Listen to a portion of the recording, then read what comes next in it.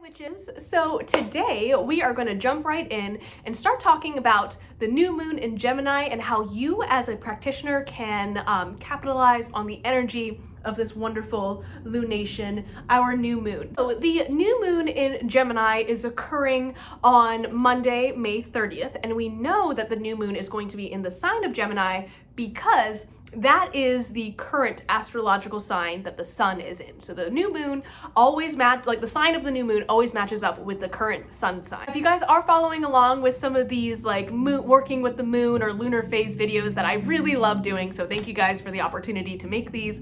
I could talk about moon magic until the cows come home, basically. But the last big event, celestial event that we talked about was the full moon in Scorpio. And during that, we really experienced a lot of transformation. Scorpio is ruled by the planet Pluto, which is also the planet of transformation. And that is why that sign is so associated with the transformation as well. We also, at least in our Patreon ritual, really connected with that element of water, and we kind of did a cleansing or like kind of a rebirth ritual or spell, right? And that was super fun. I felt very like cleansed afterwards. I felt very refreshed, which is great. But we still had that really transformative energy. Not only did we have that, you know, the full moon in Scorpio, but also we experienced a lunar eclipse, and eclipses can be super chaotic. Some witches choose not to practice during eclipse.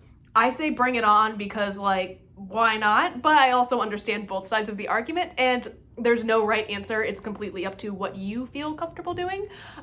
So some of us like really love that chaos. Other people are like, you know, no. And I respect you guys. I wish I could be less chaotic. I wish I could just rest. But alas, I cannot. No, but luckily, this new moon is going to be the last new moon that we experience during eclipse season. So it's kind of like the end of eclipse season until fall. It's also a time to kind of sit back and reflect because, yay, Mercury retrograde ends on June 3rd. I know, we almost made it. Just a few more days, guys. You are doing so good. We're gonna get through it together. And again, that isn't going to go back into retrograde until like September. This whole summer, we're going to be at a place celestially where, you know, Mercury isn't in retrograde. There's going to be less problems with like travel, communication, expansion. And also summertime is fantastic for all of those various like expansive workings because the energy of the planet, if you're in the northern hemisphere, if you're in the southern hemisphere, super sorry. Oh my gosh, I apologize. But, for us people in the northern hemisphere, the energy of the planet around summertime is also the height of like expansion, fertility, solar energy, like the divine masculine, anything that has to do with like, I always associate like the element of air and the element of fire, or the suit of wands and the suit of swords, if you're like looking at tarot associations, just anything that is like very expansive, very creative, very like pushing things out into the universe, before we kind of go into that receptive or internal working energies during the winter, or fall and winter, I should say. So just something to keep in mind. Now, Gemini is also an air sign. It's a sign of duality, and it's also a sign that is like ruled by the planet Mercury, which yes, is currently in retrograde. And this really asks us to look internally and kind of investigate some of our thought patterns and our speech patterns.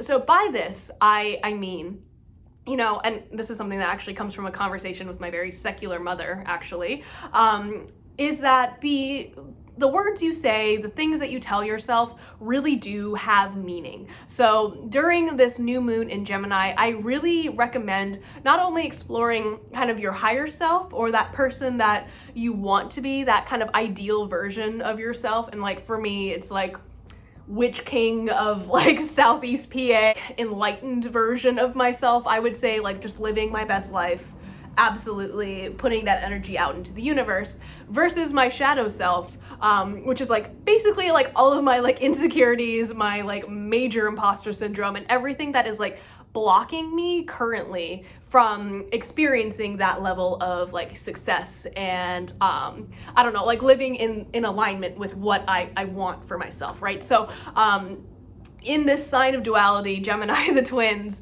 I really recommend kind of like taking stock of like where you are currently, what you have learned through this eclipse season, or this season of Mercury retrograde, which often calls us to look internally and investigate some of our internal patterns, and work on ourselves before going back out into the world, which hopefully I have talked about a little bit. So again, because Gemini is an air sign, there is a lot of focus around, in my mind, again, speaking and the things that you do say, with communication. Again, Mercury is the planet associated with communication, and also just like in general, like sound, so like music or like things like that. So because of its association with this element of air and sound, and you know, words are powerful, I really encourage you guys to speak your intentions into existence, like under the darkness, I should say, of the new moon. And I really think that by like saying like what your goals for yourself are, like out loud, and actually kind of bringing it into reality, so to speak,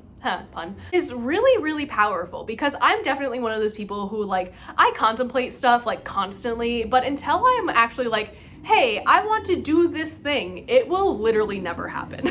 This also might be a good time to connect with some of your friends, or, you know, kind of like use your loved ones, your friends, your partners as kind of a sounding board for what you feel like you would like to focus on in the next 3 months while Mercury is direct. So this is going to be, again, a time where there isn't going to be as much like interference in the universe in terms of like communication, business stuff, travel, etc., everything that Mercury is associated with. So yeah, I really feel like this new moon is like putting kind of like the period at the end of the sentence for this transitionary period, and is really a good time to really kind of like set things in stone as to what you would like to accomplish in the next 3 months.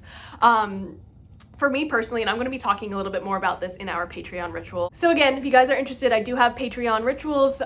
We are starting at 8 p.m. Eastern Standard Time, and they last about 30 to 45 minutes. So it's just, I'll walk you through the whole ritual, and it is available to all levels of patronage. So there's that. So that is something that you could do on the new moon. If that is not for you, totally understand, no pressure at all, believe me. I really recommend definitely doing some intention setting, even if it's just for the next 3 months. It doesn't have to be like this big, crazy thing. Even if it's just like, hey, I want to save up for a new tattoo, or like, I want to do this, or I want to go, you know, to this place. Like, just getting it out into the universe is going to be fantastic, I think, for a lot of people. Engaging with that element of sound and really speaking things out into reality, speaking from the heart, or just being open and honest, if that is something that, you know, I struggle with that. I kind of keep a lot of things close to my chest. I don't really talk about like my struggles or like my emotions with people, like, which I should do more of, I know, but just really like putting that, like those intentions and getting real with what you would like to accomplish can be super good. As always, I recommend cleansing and resetting things in your sacred space, maybe bringing some new energy in, trying to find a new way to rearrange your sacred space or your house in general, just kind of shaking things up, getting rid of any sort of stagnant energy. I recommend doing career spells for change or abundance. Again, this is kind of feeding off of the energy of the planet right now, if you're in the Northern Hemisphere, that energy of like fertility and abundance that we see really evident, especially in Beltane, but also in Letha. You might want to try a ritual bath, such as an uncrossing bath or a cleansing bath, just to kind of shake away any like ick you might have from like Mercury retrograde or like the eclipse season, just like really resetting your whole self. Spell work you might want to engage in includes like friendship spells, spells to like maybe strengthen relationships, or maybe to repair relationships if you found that like communication was just like really off during the last couple weeks. So again, any sort of spell to help with communication, engaging with that element of air. If you like to journal, great time to journal. Journaling is fantastic at any point, but again, kind of if you feel uncomfortable speaking perhaps, or like saying things out loud, because honestly, sometimes I do feel a little bit silly, where I'm just like I have like this moment where I like leave my body during ritual and I'm just like, did I just say that? Did I really just say that out loud? And then I like zoom back in. It's like, yes, I did. And I really meant it. Like, But if that makes you uncomfortable, again, super get it. Really great cleansing ritual or method, something that I enjoy doing and anyone can really do. Writing everything down, any feelings that you might have, anything that you are trying to release, or perhaps things that you're trying to incorporate into your life, writing it down and like on a piece of paper, burning the paper and watching the smoke go up to the heavens, I really feel like is a great and symbolic way to like kind of cleanse yourself of like internal stuff, internal pain, just getting rid of it. Totally get it. I literally, if I could do it every day, I probably would, but I haven't, so. If you're an earth sign like me who really struggles to connect with the element of air, maybe working in your garden, finding some time to kind of ground yourself during the new moon, planting some seeds of intention or also physical seeds. And in general, for anybody, not just earth signs and people in general, taking some time to lay out plans for, again, the future when Mercury exits retrograde. So again, it's gonna be all summer. It ends on June. That's a month, great. It ends on June 3rd and goes throughout the summer until about September. I think it's like September 9th or something like that. So if you are planning on practicing during the new moon on Monday, May 30th, I would love to hear all about it, whatever your plans are, if you would like to share. If not, totally cool. Your practice is your own and there is no obligation to practice a certain way or share any information, as always. But I hope this helped and I hope you have a fabulous new moon ritual, and I'll see you guys in the next one. Bye!